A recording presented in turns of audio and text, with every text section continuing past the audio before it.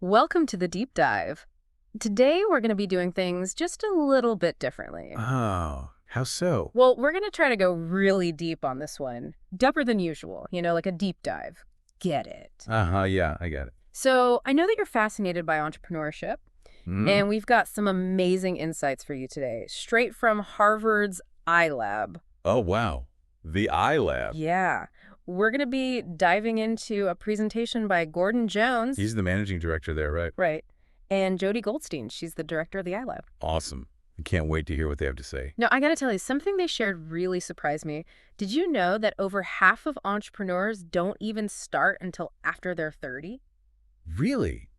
I always thought entrepreneurs were like these young, college dropout types. Right, like the Mark Zuckerbergs of the world. Exactly. But it turns out that's just a myth, that whole entrepreneur gene thing. It's a myth. Totally a myth. Gordon and Jody totally debunked it. How so? Well, they cited some research from Ernst & Young. Back in 2011, they found that experience as an employee, higher education, Oh. and mentorship. Interesting. Those are actually the biggest factors for success, not some, magical gene. So it's more about nurture than nature. Exactly. So if you're sitting there thinking, oh man, I need years of experience before I can even think about starting a business, think again. Yeah. Working a regular job, that can actually be great preparation. How so? You can learn the ropes, you build your network, Right. and you even might discover what you don't want to do when you're the boss. Yeah, that makes sense. Gordon actually had a great analogy for this. Oh. He compared working in a big company to being a zoo animal. You're comfortable, you're well fed, but are you really ready to survive in the wild? I love that. So experience matters. But what about those aha ideas, those light bulb moments that we think about with entrepreneurs? Right. Does it all come down to having one brilliant idea? That's what I thought too. Yeah. But here's another surprise from that Ernst & Young research. Friends and family. They don't always give the best feedback. Oh, that's interesting. Why not? I mean, they're supportive, right? They are, but they're a little too close to the situation. Experience and education, on the other hand, Uh-huh. those help you build valuable expertise and, a more objective perspective. So it's not just about what you know. It's also about who you know and what you've learned along the way. Right. And that's where mentors come in. They can help you spot the pitfalls, connect you with the right people, and offer advice based on, real-world experience. Okay, so we've got experience, education, mentorship. But what about the challenges? What are the big roadblocks that entrepreneurs typically face? Well, Gordon and Jody dove into that too. They identified 3 big ones. Oh, let me guess. Funding, Yeah, finding the right people, you got it. and figuring out how to do, all the things you need to do to run a business, like all that know-how. Go. Funding, people, and know-how. That's the trifecta of entrepreneurial hurdles. Okay, let's break those down one by one. Funding is a big one. Any tips from the experts on winning over investors? Gordon actually shared a funding formula that he learned from a venture capitalist. Interesting. What is it? Ready? Good founder Okay, plus good idea got it. plus trajectory Okay. equals funding. And here's the kicker. You need at least 2 of those 3 elements to really catch an investor's attention. So you don't need all 3. Not necessarily. So even if you don't have a famous name or a string of successful ventures behind you, a strong idea with proven traction. That's encouraging. It is. Now, when it comes to the people challenge, it's about more than just finding talented individuals. Oh, yeah, absolutely. You need a team, like a really good team. Right. A team that shares your values, a group of people who can work together effectively, even when things get, really stressful. So it's like more than just skills. It's about the right fit. Exactly. It's like building a crew for like a long voyage. You need people who are not only skilled, but also, compatible, folks who can support each other through the rough seas. I like that analogy. And I bet Jody has some good insights on that too, right? Given her experience building teams for her own startups. Oh, absolutely. In fact, she shared a story about one of her startups that really struggled because the team just didn't gel on a values level. Even though they were talented. Yeah, even though they were really talented, there were conflicts, and it really hindered their progress. Wow. So skills and experience are important. But shared values and, like you said, a strong team dynamic, Yeah, those are essential for long-term success. absolutely. So we've talked about funding and finding the right people, but what about that know-how piece? Right, right. How do you actually gain all the knowledge and skills you need to run a business, Yeah. especially as a first-time entrepreneur. Well, you can't be an expert in everything, right? Definitely not. So what do they recommend? Both Gordon and Jody emphasize the importance of being a lifelong learner. Okay, yeah. They suggested taking workshops, connecting with mentors, even just reading, books and articles about entrepreneurship. That makes sense. They really stress that it's a continuous journey of learning and growth. So even seasoned entrepreneurs, they're still always looking for ways to expand their knowledge and skill sets. Absolutely. There's always something new to learn, no matter where you are on your journey. That's inspiring. So what about the mindset of a successful entrepreneur? What sets them apart? Well, JD highlighted something really interesting called an internal locus of control. An internal what? Locus of control. Basically, it means believing that your actions drive outcomes rather than external forces. Oh, I see. So it's that I'm in the driver's seat kind of feeling. Exactly. It's about taking ownership of your choices and believing in your ability to influence the outcome. And it really helps entrepreneurs stay resilient, when they face challenges and setbacks, Yeah. because those are inevitable. Oh, yeah, for sure. You can hit roadblocks. Yeah. But it sounds like having that belief in yourself, that you can overcome them, that's crucial. Right. And Jody also said something else that was really interesting. She said that entrepreneurs often see opportunity where others see disruption. So they have a different way of looking at the world. It's like they have a different lens, one that's focused on possibilities and solutions. Oh. And remember, entrepreneurship is a skill set that can be developed. It's not about being born with some magical ability. Right, right. It's cultivating that growth mindset, that willingness to learn, adapt, and persevere. Exactly. Speaking of perseverance, Gordon actually shared some incredible wisdom from 3 seasoned entrepreneurs. Oh, I'd love to hear this. What did they have to say? Well, first there was John McNeil. He's on his 4th successful venture. Wow, fourth. Yeah. He talked about how the leap into entrepreneurship is actually less scary than it seems. It's often our own fears and anxieties that hold us back. Makes sense. What about the other two? Okay, so there's Brent Kleinman. He's an HBS grad. He offered 2 really crucial pieces of advice. First, don't run out of cash. Okay, yeah, that's pretty important. And second, don't waste time building something that people don't actually want. Solid advice. What was the third piece of wisdom? Okay, so the third entrepreneur was Antonio Rodriguez. He sold his first company during the dot-com boom, and he emphasized that entrepreneurship is a career choice. It's a path that requires diverse experiences and a long-term perspective. So it's not a get-rich-quick scheme. It's a journey. Exactly. It's about building something meaningful, something that has a lasting impact. I love that. It's about more than just making money. It's about making a difference. Absolutely. And what's even more interesting? Jody chimed in with some of her own hard-won wisdom from her entrepreneurial journey. Oh, I'd love to hear what she had to say. She's got a wealth of experience launching multiple startups. She really emphasized the importance of focusing on doing something better, cheaper, or faster than what's already out there. So it's not necessarily about having a completely novel idea. Not necessarily. It's about finding a way to improve on something that already exists. And she also stressed the importance of being willing to change your initial idea based on, market feedback. You got to stay flexible. That's so important. Being adaptable and willing to pivot when necessary. Did she share any other nuggets of wisdom? Oh, absolutely. She actually gave 3 more pieces of advice that really resonated with me. Ready? Hit me with them. 1, keep it simple and don't try to be everything to everyone. Okay, I like that. Stay focused. 2, focus on a specific niche market and, do it really well. Don't try to boil the ocean. Exactly. And 3, embrace competition. Embrace competition. Really? I know it sounds counterintuitive, right? Yeah, we're always told to crush the competition, not embrace them. But Jody sees competition as validation. If there are other players in the market, it means there's a need for what you're offering. That's an interesting way to look at it. And competition gives you a benchmark to measure yourself against and motivation to constantly improve. So it pushes you to be better. Exactly.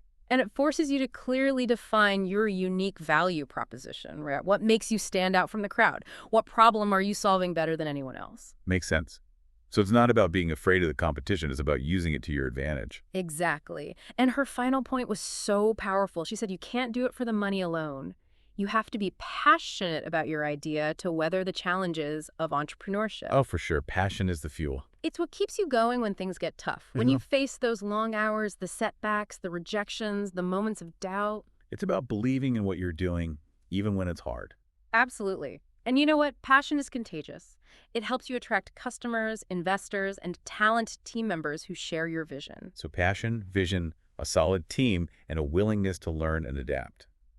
It sounds like the recipe for entrepreneurial success has a lot of ingredients. It does. And you know what else is a key ingredient? A supportive community like the iLab. Speaking of which, are you ready to explore the iLab itself? Absolutely. Let's dive into the resources and programs that make the iLab such a dynamic hub for innovation. Great. Hold on to your hats, folks, because we're going even deeper. So are you ready to dig into some more of Jody's insights? Oh, absolutely. I'm ready to dive in. She had some really practical advice for anyone looking to take an idea and actually make it a reality. Yeah, like how do you actually go from like that light bulb moment to a real business? Right. She emphasized the importance of validating your idea. Like, it's so easy to fall in love with your own idea, and just assume everyone else will too. But Yeah, you think it's the best thing since sliced bread. right. But Jody really emphasized that you have to let the market be the judge. You got to get feedback early and often. And be prepared to change your approach based on what you learn. So it's not about being right, it's about being like responsive. Exactly. Yeah. She actually shared that several of her own startups pivoted significantly from their original concepts. Oh, wow. So even her ideas had to change. Yeah. It's like that saying, no plan survives first contact with the enemy. Right. Except in this case, the enemy is the marketplace. The real world. And you have to be willing to let those real-world insights shape your vision. You have to adapt. She actually gave this great example, send.com. Remember? Oh, yeah. They send like gifts and stuff, right? Exactly. Like for birthdays or anniversaries. Yeah. But, they actually started out as sendwine.com. Really? They were solely focused on wine gifts. Wine only. But Okay. then they broadened their scope and became a more diverse gifting platform. Oh, that's interesting. So they kind of pivoted based on what the market was telling them. It makes sense. Okay. So you've got your idea, you've validated it, now you need a team. Yes. Jody emphasized how crucial it is to have a really strong team. Well, yeah, you can't do it alone. But Yeah. how do you, like, find the right people? Right. And it's more than just skills, right? It's about finding people who share your vision, who complement your strengths. And this is interesting. She compared choosing co-founders to choosing a life partner. Whoa. Okay. That's a big comparison. Yeah. But when you think about it, you're going to be spending a lot of time with these people, Countless hours. facing challenges, celebrating wins. You need to be able to trust each other. Implicitly. Exactly. Now, she did caution against having too many co-founders. Oh, too many cooks in the kitchen. Exactly. It can lead to confusion and it dilutes responsibility. Right, right. And decisions are hard to make. Decision-making can become a nightmare. It's like trying to steer a ship with too many captains. Yeah, that's not going to work. You need a small core team Yeah. with clear roles and, that shared understanding of where you're going. And she stressed the importance of having those sometimes difficult conversations about equity splits and responsibilities, like early on. Oh, so you don't wait till later. Address it up front. Right. Like get it out in the open. That way you avoid conflicts and resentment down the road. Transparency. I like it. Okay, so you've got your idea, you've got your team, now it's time to launch, right? Right. You'd think so. But Jody had some counterintuitive advice here. Oh, really? She's a big believer in starting small. Starting small. That sounds kind of strange, right? Well, yeah, I mean, the temptation is to aim for the moon, right? You want to go big. Right. Launch with all the bells and whistles, try to capture the whole market. Dominate. But Jody argues that starting at the lower end of the market can actually be a much smarter strategy. Oh, okay. Why is that? Well, it's less risky financially.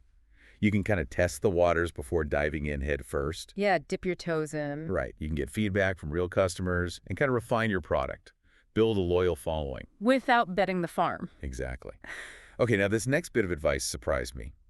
She's a big believer in embracing competition. Embracing. But, I mean, isn't competition like the enemy? You'd think so. Like, we're always told to crush the competition. Right. Avoid it at all costs. I smart them. But Jody actually sees competition as validation. How so? Well, if there are other players in the market, it means that there's a need for what you're offering. Oh, okay. Right. And it gives you a benchmark, something to measure yourself against. Keep you on your toes. Right. And it motivates you to constantly improve. But you're not just competing, you're learning. Exactly. It's like a friendly rivalry that pushes everyone to be better. I like that. Friendly competition. And it forces you to really define your unique value proposition. Oh, yeah. What makes you special? Exactly. What problem are you solving better than anyone else? Now, we can't forget about passion. Jody was super clear about this. You can't do it for the money alone. Oh, for sure. I mean, building a business is hard work. It is. Long hours, setbacks, rejections, Mhm. moments of self-doubt. So you need that passion to fuel you. It's the light at the end of the tunnel. Okay. But let's be real. Everyone's got an ego. Right. So how do you, like, keep your ego in check, especially when it comes to, like, getting feedback? It's easy to get defensive. Totally. But Jody talked about the importance of humility, being open to new information, And being willing to adjust course. recognizing that you don't have all the answers. You have to be willing to learn from others, even if it's hard to hear. Now, did she say anything about, failure? Oh, she did. And, she basically said, don't be afraid to fail. But isn't failure, like, the opposite of success? You'd think so, but, it's an inevitable part of the journey. Like so many successful entrepreneurs, they have all these stories of failures and setbacks. Really? hmm But those experiences are what made them stronger, more resourceful. They learn from their mistakes. Exactly. Failure is not the opposite of success. It's part of the process. It's a stepping stone. So Jody's insights really do cover a lot of ground. Yeah, from validating your idea to building your team to embracing the competition. It's like a crash course in entrepreneurship. But you know what really struck me? What's that? It's how much she emphasized the human side of things. Oh, yeah. Like, it's not just about the idea Yeah. or the money. It's about the people. Exactly. It's about building relationships, connecting with your customers, and surrounding yourself with, awesome people. People who share your passion and vision. Right. It's a team effort. And these connections, they're often fostered in supportive communities, like the iLab. So are you ready to learn more about that? Oh, absolutely. Let's explore the resources and programs that make the iLab such a dynamic hub for innovation. All right, so we're talking about the iLab. The iLab, yeah. It sounds like they've created this really amazing place for student entrepreneurs. Yeah, like a hub, right, Yeah, for innovation. exactly. A place where students can connect, Mm-hmm. collaborate, and turn their ideas into actual businesses. Yeah, we've talked about, the mindset and Yeah. all the strategies, but having that support, Right. that can make a world of difference. Oh, absolutely. I mean, think of the iLab as a launch pad, a springboard for these, early stage ventures. I like that. And they have this amazing facility. Really? Yeah, it's 30,000 square feet. Wow, that's huge. But it's so much more than just like a physical space. Oh, I bet. It's that sense of community. Right, being surrounded by other people Who who get have- it, who are going through the same thing, who can help give you support. offer advice. Yeah, It's like having a whole team of cheerleaders I love that. in your corner. Cheering you on. Yeah.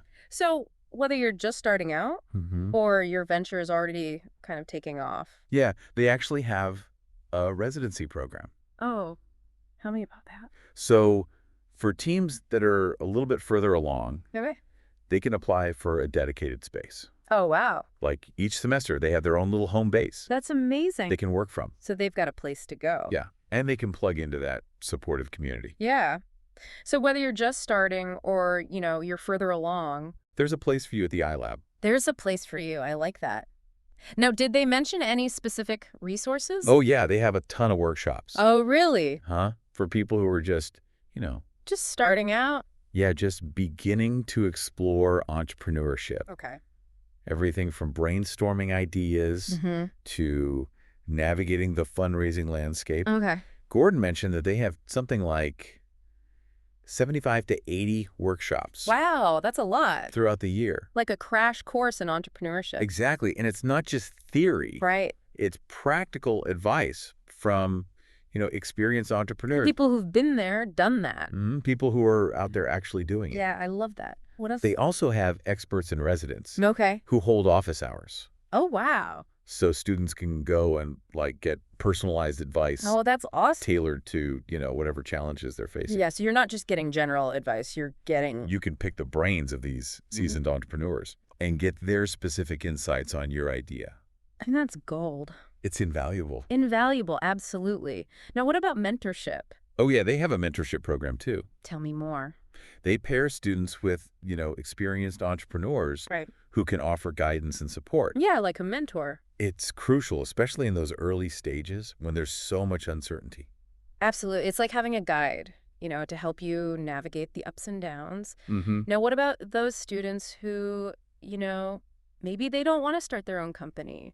Maybe they want to join a startup. Oh, yeah, they have something for that, too. Really? They have a startup career fair every year. Oh, wow. Students can connect with companies that are hiring.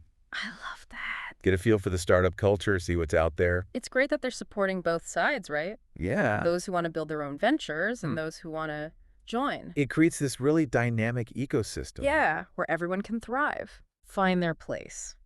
Now, besides the workshops, the experts in residence, and the mentorship, is there anything else? Oh, yeah, all sorts of events. Okay. Like startup weekends. What are those? So students can, form teams, Okay. brainstorm ideas, build prototypes. In a weekend? Yeah, it's fast-paced. Wow, that's intense. Very collaborative. I like it. And they organize trips, too. Trips? Where do they go? Like immersion trips to Silicon Valley. Oh, wow. New York City, places like So that. students can see Different startup ecosystems. They get inspired. Get a feel for, what it's really like. It's all about those connections, right? Yeah, those collisions. Yeah, those serendipitous encounters that can spark new ideas. And new collaborations. Yeah, it's amazing how the iLab, fosters that sense of possibility. Yeah. It encourages students to just kind of step outside their comfort zone. Absolutely. Now, did they talk about the structure at all? Like, how's the iLab organized? Oh, yeah. They have these 3 key areas. Okay, what are they? Social and cultural entrepreneurship, Okay. health and sciences,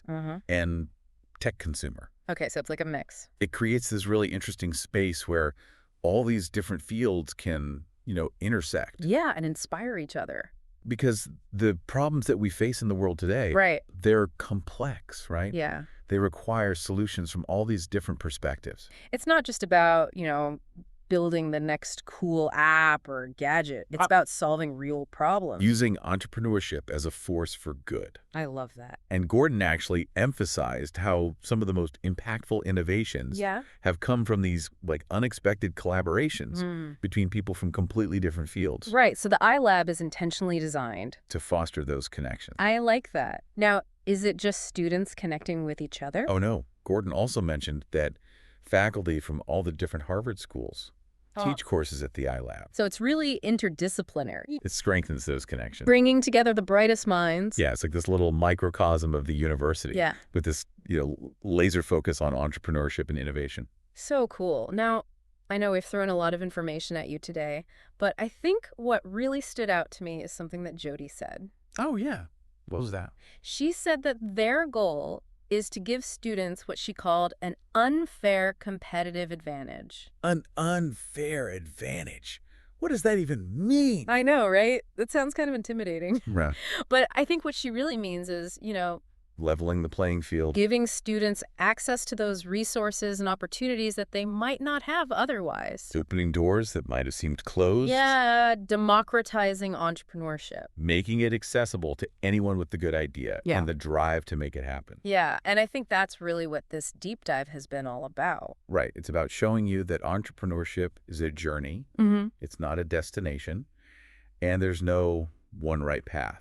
So as we wrap things up here, what are some things that resonated with you today? Yeah, what sparked your curiosity? Maybe you're feeling inspired to, check out the iLab website. Or connect with an entrepreneur in your own community. Or maybe you've got this idea that you've been thinking about and you're finally ready to take that first step. To make it a reality. Whatever your path. Remember that the deep dive is always here for you. To guide you. To help you explore. Yeah. And to keep you diving deep. Until next time. Happy exploring, everyone.